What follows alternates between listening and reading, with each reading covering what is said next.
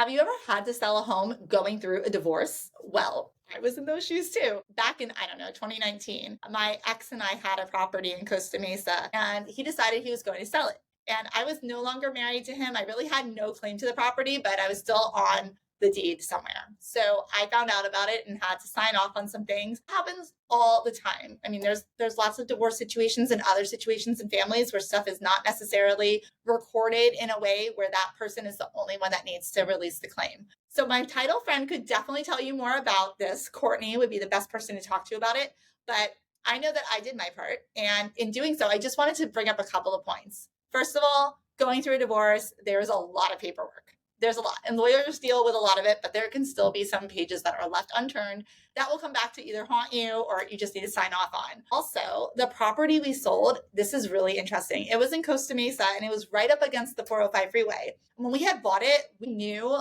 we had read the documents. There was some language in there about eminent domain, which is essentially when like some other entity can take possession of your property. And that we just thought that was like a 1 in a million type of situation. I mean, it kind of is, but for us, we were the 1 in a million. And the property, when the 405 did their widening, actually had to essentially loan a part of the yard to the freeway crews so that, like Caltrans, so that they could use it to store their equipment. So this was a very interesting situation. And at the time when my ex was selling the property, he was actually offered money for the yard as like a monthly lease so that Caltrans could store their stuff there. Now, when selling the property, obviously that's, you're trying to sell a property that has a yard, but you can't use it. That's kind of a hard thing.